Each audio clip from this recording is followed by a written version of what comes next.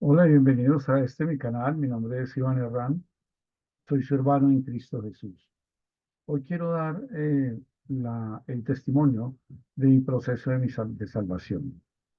Eh, Traje a colación la figura del matrimonio porque fue a través del matrimonio que vine a los pies del Señor y he logrado no, sino que he obtenido el perdón de nuestro Señor Dios a través de nuestro Señor Jesucristo. En Primera de Corintios 7 leemos, porque el marido incrédulo es santificado en la mujer y la mujer incrédula en el marido, pues de otra manera vuestros hijos serían inmundos, mientras que ahora son santos.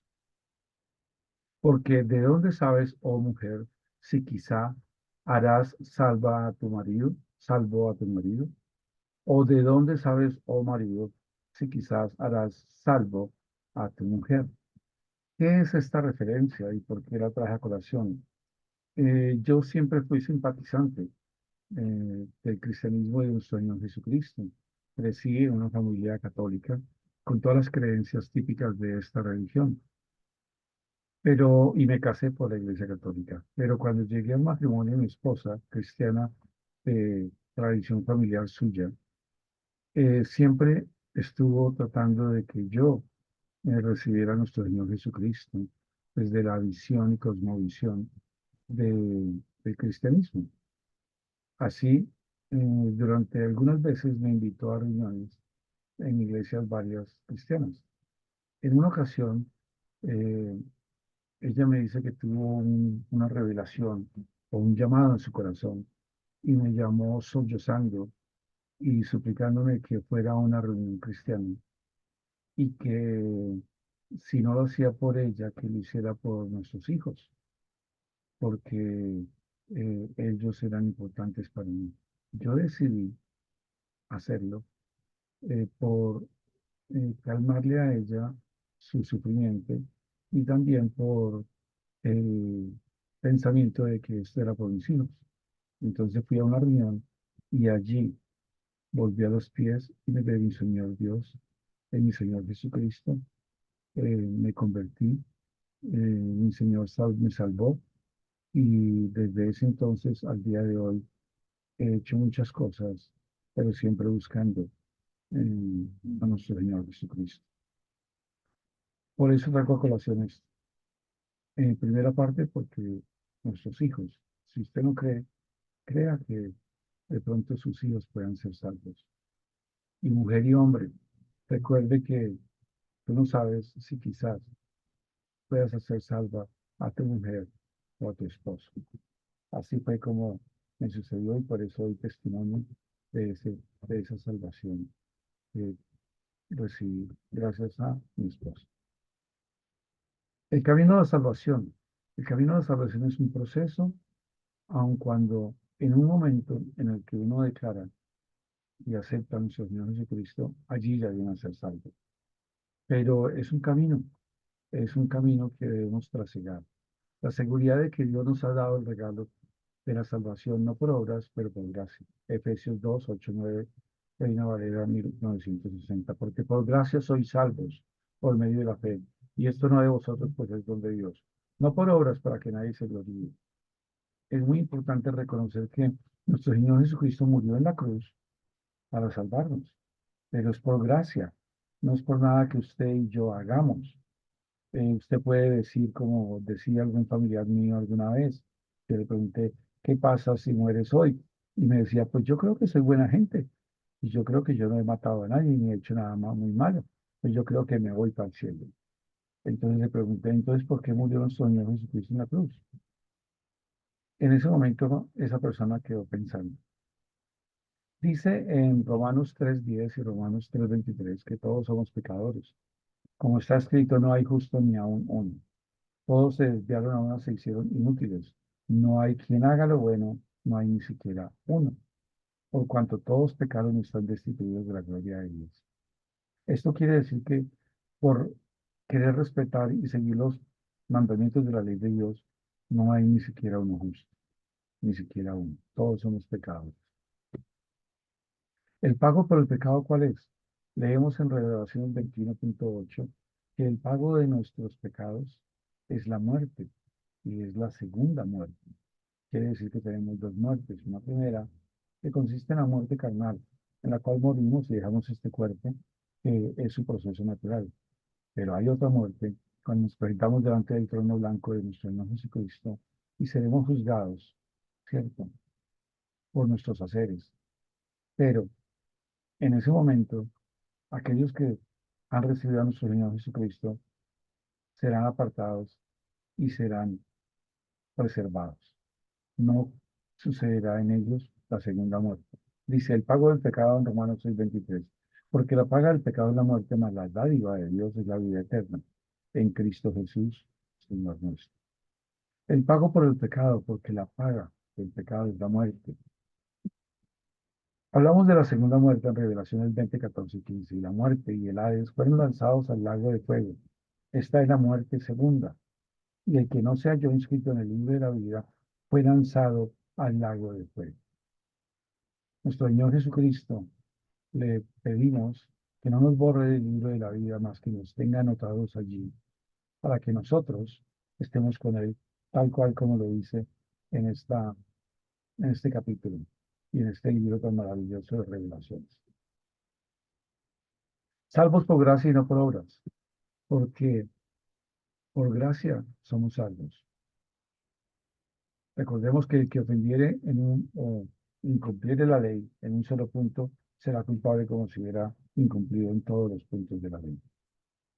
Santiago 2 dice, porque por gracia sois salvos por medio de la fe, y esto no de vosotros, pues es don de Dios, no por obras, para que nadie se gloríe, para que nadie quiera enaltecerse delante del Creador. El regalo de Dios, porque por gracia sois salvos por medio de la fe, y esto no es de vosotros, esto no es de nosotros, o sea que no es por nada que tú y yo haremos, no es porque vayamos a la iglesia, no es porque Dios nos diezmemos, no es porque, no, no es por nada que podamos hacer. Pero tanto nos amó nuestro Señor que nosotros, aún siendo pecadores, Cristo murió por nosotros.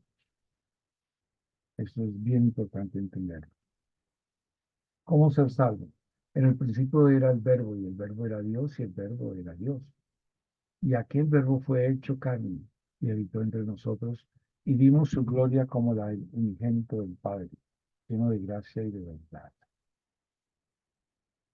Llamar el nombre de Jesucristo para salvación invocamos y clamamos a nuestro Señor Jesucristo, quien es el autor y consumador de la fe y quien murió en la cruz y dio su vida por nosotros. Y como Moisés levantó la serpiente en el desierto, así es necesario que el Hijo del Hombre sea levantado, para que todo aquel que en él cree no se pierda, mas tenga vida eterna. Porque de tal manera amó Dios al mundo, que ha dado a su Hijo unigénito, para que todo aquel que en él cree no se pierda, mas tenga vida eterna.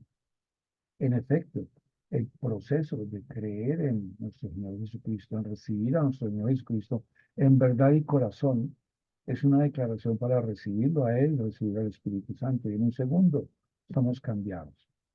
Ahora, después de esto, tenemos que hacer una cantidad de cosas, pero ya no para ser salvos, sino para tener una vida con Dios. La salvación es eterna. El que cree en el Hijo tiene vida eterna, pero el que rehúsa creer en el Hijo no verá la vida, sino que la ira de Dios está sobre él. Esto es claro, y esto es una advertencia para todos aquellos que no quieren creer, porque dice aquellos que se rehusan. Rehusarse es que usted sabe, se le dice, pero usted no quiere aceptarlo.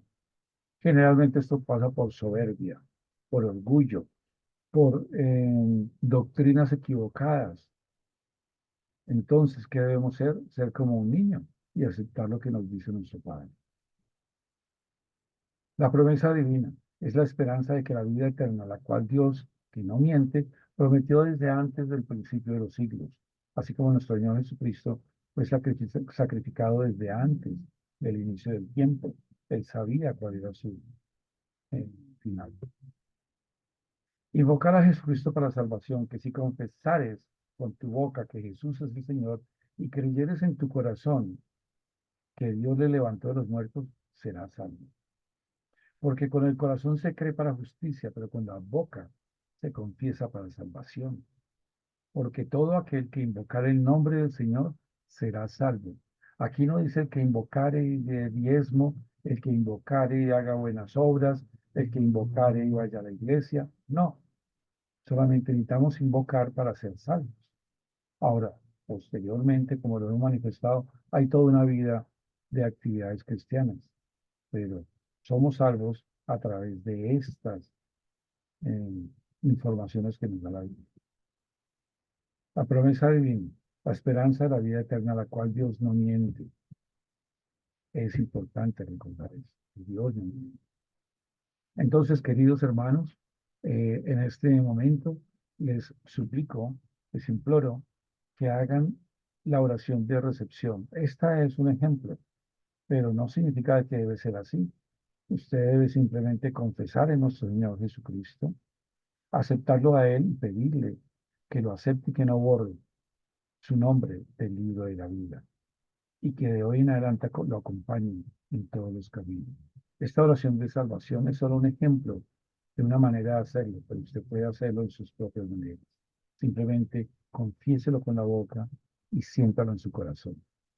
Si ustedes quieren, pueden acompañarme con esta oración que dice, en el nombre del Padre, del Hijo y del Espíritu Santo, Señor Dios, Padre Celestial, Padre de Gloria y mi Señor Jesucristo. Confieso que yo sé que merezco ir al infierno. Por favor, perdóname de todos mis pecados cometidos.